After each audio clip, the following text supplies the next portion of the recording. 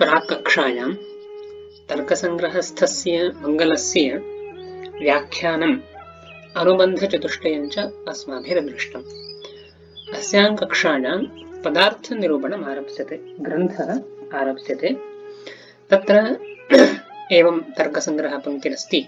द्रव्यगुणकर्म सामान्यविशेष समवाय अभावाः सप्तपदार्थाः इति। जगति तले यावन्तः पदार्थाः वर्तन्ते अथवा यावन्ति वस्तूनि वर्तन्ते तेषां मुख्यतया अत्र विभागः कृतः, सप्तधा भागः कृतः। द्रव्यं, गुणः, कर्म, सामान्यं, विशेषः, समवायः, अभावः इति।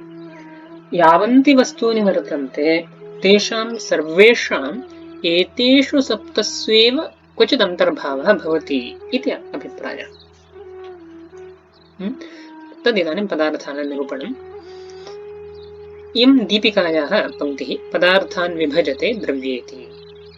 इयं पङ्क्तिः किमर्थमारब्धा इति चेत् पदार्थविभागार्थम् आरब्धा द्रव्येति। तत्र पदार्थान् विभजते इति तर्कसङ्ग्रहदीपिकायाः पङ्क्तिरस्ति। तत्र सामान्यतः विभजते इति पदप्रयोगः क्व क्रियते इति चेत् यत्र पूर्वं संयोगः आसीत् इदानीं सः संयोगः नष्टः, तादृशस्थले विभजते इति पदप्रयोगः।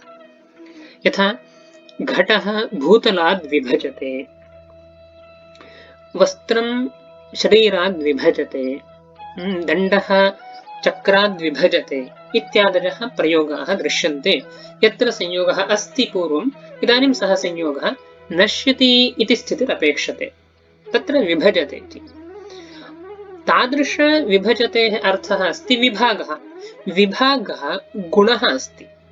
द्रव्यं गुणः इत्यत्र विभागः गुणे अन्तर्भवति। गुणः सर्वोऽपि द्रव्ये एव वर्तते इति स्वीक्रियते। तर्हि पदार्थान् विभजते इत्यत्र विभजतेः अर्थः यदि विभागः गुणः इति स्वीक्रियते, तर्हि पदार्थेषु गुणः इति स्यात्, तत्तु न सम्भवति। अतः विभजतेः अर्थः कः इति चिन्तनीयं। तदेव उक्तं गुणात्मकविभागस्य द्रव्येष्वेव सत्त्वात् अत्र विभागः न गुणः। घटस्य विभागः, घटं विभजते इत्यादौ यः विभागः सः गुणः, सः द्रव्येष्वेव वर्तते। तर्हि तद्वदत्र पदार्थान् विभजते इत्यत्र विभागः सः अर्थः स्वीकर्तुं न शक्यते। यतोहि पदार्थेषु विभागः कथं वक्तुं शक्यते इति श्रमः। अतः अत्र गुणः विभजतेः अर्थो नास्ति।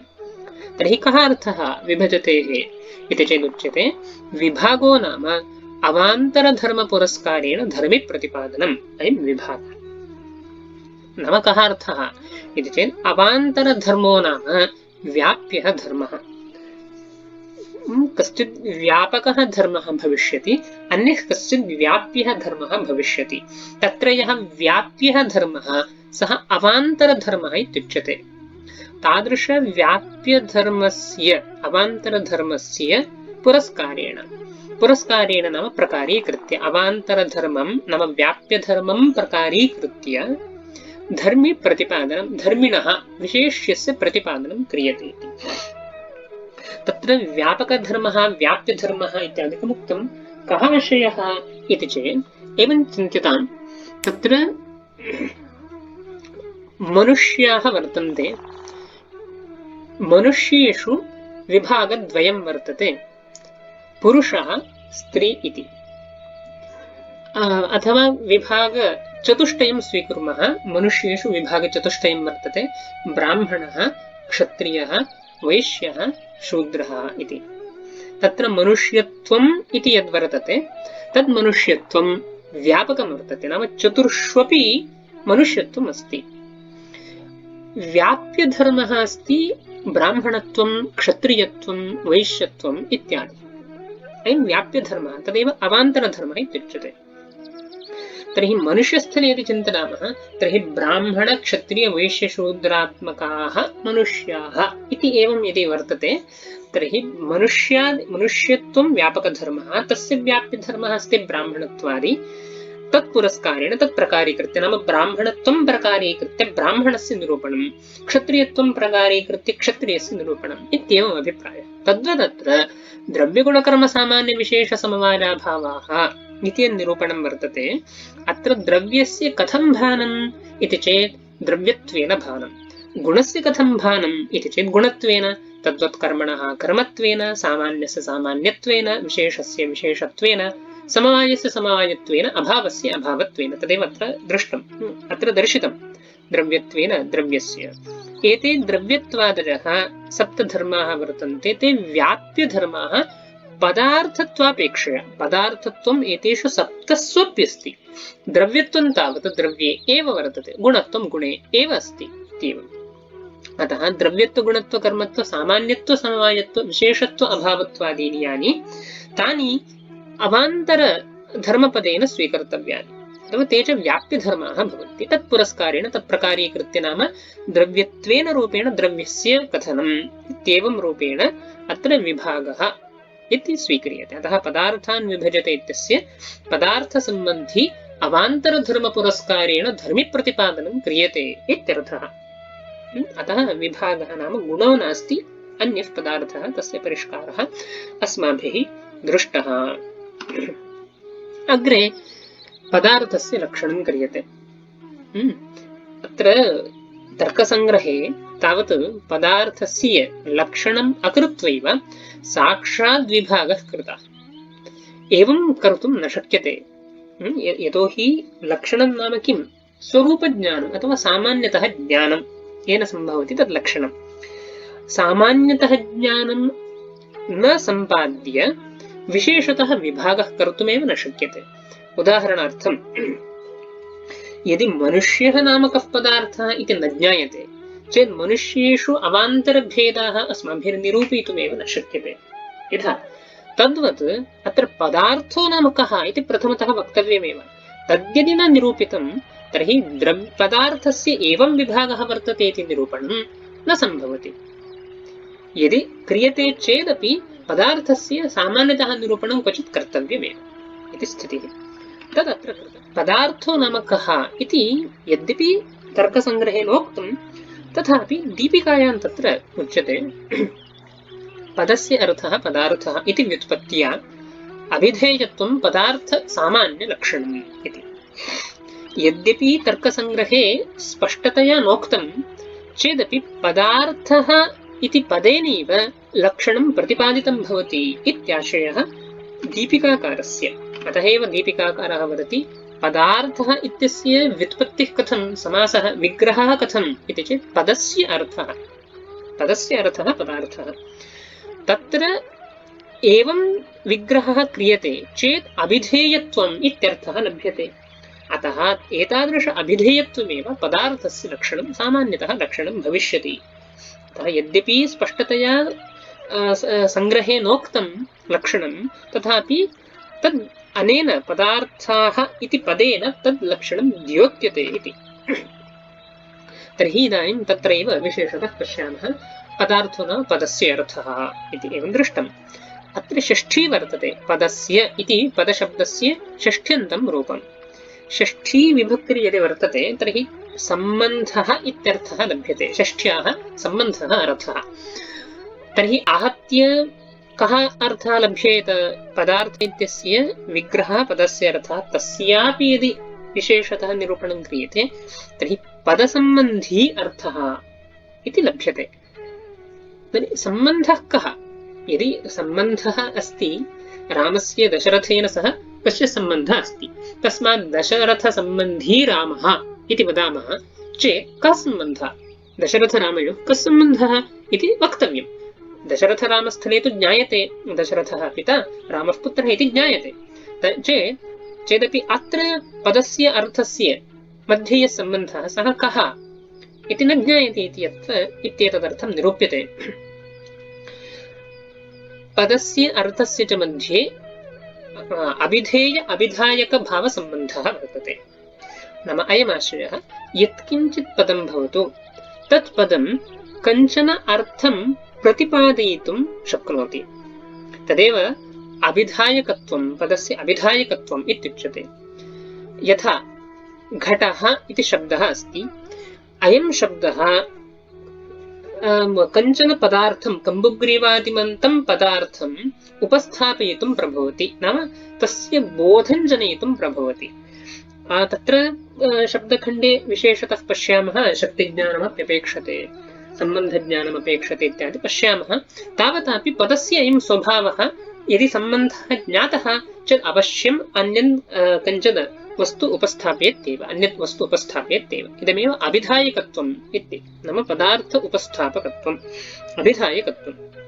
पदम् अर्थम् अभिधत्ते इति सामान्यतः प्रयोगः दृश्यते, अतः पदम् अभिधायकम्। पदे अभिधायकता अस्ति। कं प्रति अभिधायकत्वं पदस्य इति चेत् अर्थं प्रति अभिधायकत्वं, कञ्चन अर्थम् उपस्थापयति, कञ्चन बोधं जनयति। तर्हि अर्थ अभिधायकत्वं पदे अस्ति। अर्थः जातः अभिधेयः, बोध्यः, पदेन बोध्यः अस्ति अर्थः, तस्माद् अर्थे अभिधेयता। अतः पदनिष्ठ अभिधायकता निरूपित अभिधेयताश्रयः भवति अर्थः। अतः पद अर्थयोर्मध्ये अभिधेय अभिधायक भावसम्बन्धः अस्ति। अत्र या अभिधेयता, तस्याः अभिधेयतायाः कृते अभिधा इत्यप्युच्यते, शक्तिः इत्यप्युच्यते। वास्तविकतया शक्तिः ईश्वरीय इच्छा, अभिधेयता नाम स्वरूपसम्बन्धविशेषः। अभिधा शक्तिः इत्येतद्वयम् ईश्वरीय इच्छारूपम्। अभिधा नाम ईश्वरीय इच्छा, शक्तिर्नाम ईश्वरीय इच्छा। अभिधेयता नाम स्वरूपसम्बन्धविशेषः। अतः वास्तविक अभेदः एतेषां त्रयाणां नास्ति चेदपि एवं स्वीकर्तुं शक्यते सामान्यतः। अतः सर्वम् इति यत्किञ्चित् पदं स्वीक्रियते, सर्वम् इति पदं स्वीक्रियते। सर्वम् इति पदस्य कः अर्थः इति चेत् जगन्मात्रमर्थः। जगति यावन्तः पदार्थाः वर्तन्ते ते सर्वेऽपि पदार्थाः सर्वपदेन बोद्धुं शक्याः। तस्मात् सर्वपदनिष्ठ अभिधायकता निरूपित अभिधेयता जगन्मात्रे वर्तते चेत् जगन्मात्रे अभिधेयत्वमस्ति इत्यङ्गीकर्तुं शक्यते। तो हि सर्वपदनिरूपित अभिधेयता जगन्मात्रे अस्ति, तस्मात् जगन्मात्रे अभिधेयत्वमस्ति। तर्हि जगन्मात्रं नाम किं? पदार्थाः एव। यतोहि अस्माभिरेवं चिन्तितं ये ये पदार्थाः अथवा यद्यद्वस्तु जगति उपलभ्यते तेषां सर्वेषामपि एतेषु सप्तस्वेव अन्तर्भावः इति अस्माभिर्दृष्टं चेत् पदार्थः नाम जगन्मात्रम् इत्यपि वक्तुं शक्यते। तस्मात् जगन्मात्रे यद्यभिधेयत्वमस्ति तर्हि अभिधेयत्वं जगन्मात्ररूपपदार्थस्य लक्षणम् इति वक्तुं शक्यते। अतः अभिधेयत्वं पदार्थसामान्यलक्षणम् इति ग्रन्थकारेण प्रतिपादितम्। विचारः अत्र आरब्धः आसीत् पदसम्बन्धी अर्थ इत्यत्र सम्बन्धो नाम कः, कः सम्बन्धः अत्र ग्राह्यः इति जिज्ञासायाम् अभिधेय अभिधायकभावसम्बन्धः ग्राह्यः इत्युक्तं। तत्र अभिधेयता को अस्ति इति चेत् जगन्मात्रे अस्ति। सर्वपदसम्बन्धी अभिधेयता जगन्मात्रे वर्तते, नाम सर्वेषु पदार्थेषु अस्ति इति अस्माभिर्दृष्टं। तस्मात् अभिधेयत्वमेव पदार्थस्य लक्षणम् इति। तर्हि अर्थः इत्यस्य कः आशयः? अभिधेयः इत्यर्थः। अर्थे अभिधेयता अस्ति चेत् अर्थः अभिधेयः जातः चेत् अभिधेयत्वं पदार्थस्य लक्षणं, तत् अर्थ इत्यनेनैव पदेन लभ्यते। पदार्थः इत्यत्र यः अर्थः इति प्रविष्टः अस्ति तस्य अर्थस्य अभिधेयः इत्यर्थः। अस्मात् अर्थपदेनैव अभिधेयत्वम् इति लक्षणम् उन्नेतुं शक्यते चेत् पदसम्बन्धी इति यः अंशः सः अनपेक्षितः। पदस्य अर्थ इत्यत्र विग्रहवाक्यपदस्य इति षष्ठ्यन्तं यत् तदनपेक्षितम्। अतः तदुच्यते तत् स्पष्टार्थमेव। पदसम्बन्धित्वम् इति स्पष्टार्थं, तस्य अपेक्षा नास्ति। क्वचित् अव्याप्तिर्भवति, क्वचित् अतिव्याप्तिर्भवति, अत्र असम्भवी इति किञ्चित् नास्ति एव। अर्थः इत्यनेनैव अभिधेयत्वम् उन्नेतुं शक्यते चेत् पदसम्बन्धित्वम् इति विशेषणं स्पष्टार्थम् इति, स्वरूपतः ज्ञानार्थम् इत्यर्थः। तदेवं अस्माभिः पदार्थस्य लक्षणं दृष्टम्। अभिधेयत्वं पदार्थस्य लक्षणम् इति। अभिधेयत्वं नाम अर्थे विद्यमान स्वरूपसम्बन्धविषयिणी विषयता। शक्तिः इत्यपि अङ्गीकर्तुं शक्यते, अभिधा इत्यपि अङ्गीकर्तुं शक्यते। अनन्तरं सप्तपदार्थाः इति अत्र दीपिका तर्कसङ्ग्रहे निरूपितं। सप्तपदार्थाः इति लिखितं। तत्र उच्यते सप्तपदार्थाः इति कथं भवेत् इति प्रश्नः। किमर्थमयं प्रश्नः इति चेत् यदि क्वचित् संख्येयरूपेण निरूपणं वर्तते, येन सह तादृशसंख्येयशब्दस्य श्रवणं तस्मिन् सा संख्या अस्ति इति उन्नेतुं शक्यते। यथा एकः घटः, द्वौ घटौ इति यदि उच्यते तर्हि घटे एकत्वमस्ति, द्वौ घटौ इत्यत्र घटे द्वित्वं वर्तते इति ज्ञातुं शक्यते। तद्वत् अत्र सप्तपदार्थाः इति लिखितं चेत् पदार्थे सप्तत्वमस्ति इत्यङ्गीकार्यं। सप्तत्वं च संख्या, संख्या नाम गुणः, गुणः द्रव्येष्वेव भवति इत्यस्माभिर्दृष्टं। तर्हि कथं सप्तत्वं पदार्थेषु स्यात्? पदार्थः नाम अभावपर्यन्तमपि स्वीकर्तुं शक्यते। एतेषु सप्तत्वं कथं स्यात्? सप्तत्वं तु द्रव्ये एव भवितुमर्हति। संख्या गुणे एव, गुणरूपिणी संख्यारूपिणी यः रूपः यः गुणः सः द्रव्ये एव भवति। तर्हि कथं सप्तपदार्थः इति निरूप्यते इति प्रश्नः। अतः उच्यते अत्र सप्तशब्देन प्रतीयमानं यत् सप्तत्वं तद् गुणात्मकं नास्ति। गुणात्मकसंख्यायाः द्रव्येष्वेव सत्त्वात् अत्र सप्तसंख्या न गुणः। तर्हि सप्तसंख्यायाः सप्त इति शब्दस्य कः अर्थः इति चेत् सप्तत्वमेव अर्थः, परन्तु सप्तत्वं न गुणः, अपि तु अपेक्षाबुद्धिविशेषविषयत्वं सप्तत्वम् इति स्वीक्रियते। अतः दोषो नास्ति, पदार्थेषु सप्तत्वम् इत्यङ्गीकर्तुं शक्यते इति।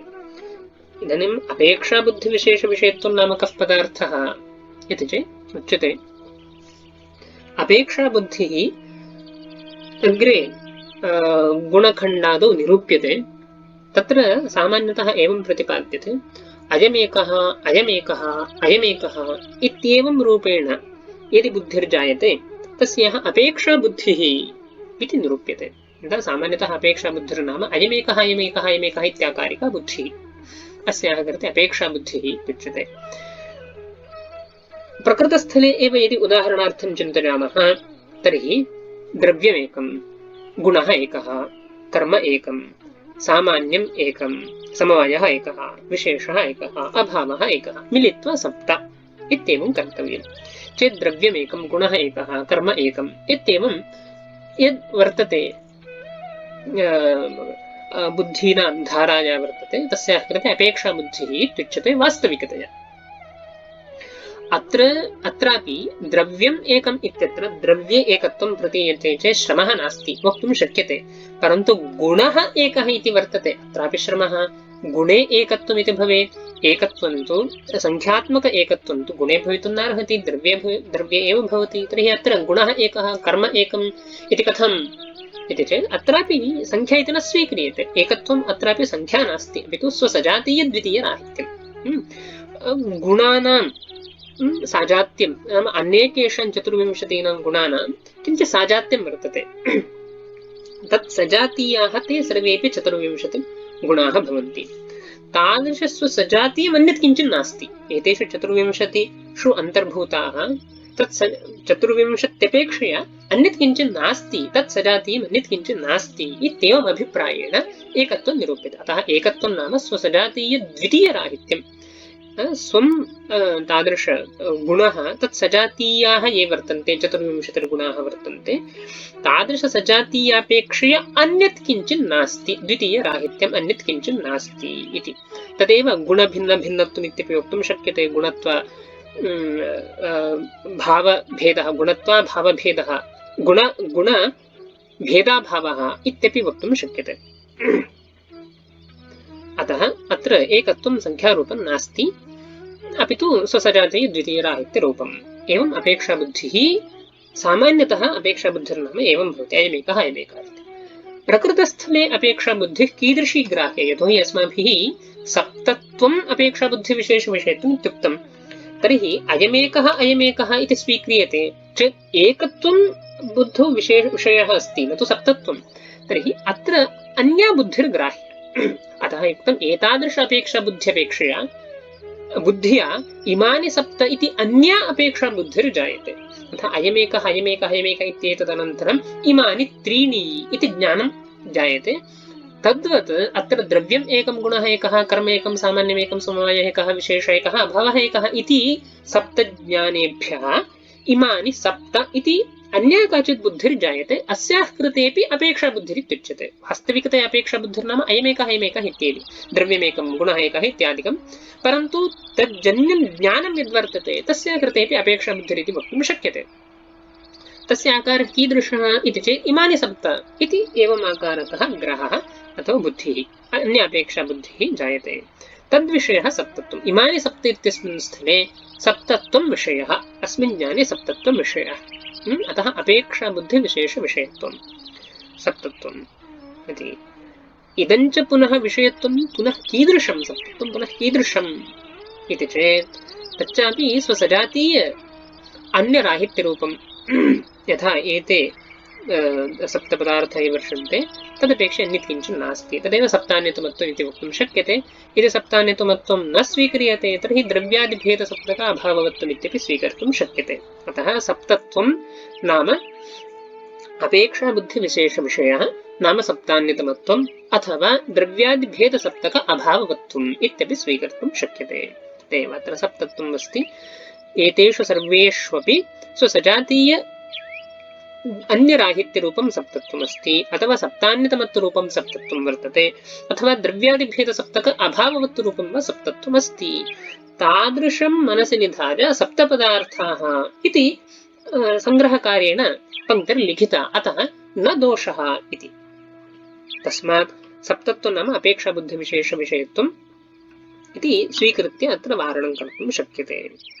अग्रिमकक्षायां सप्तग्रहणस्य सार्थक्यं पश्यामः।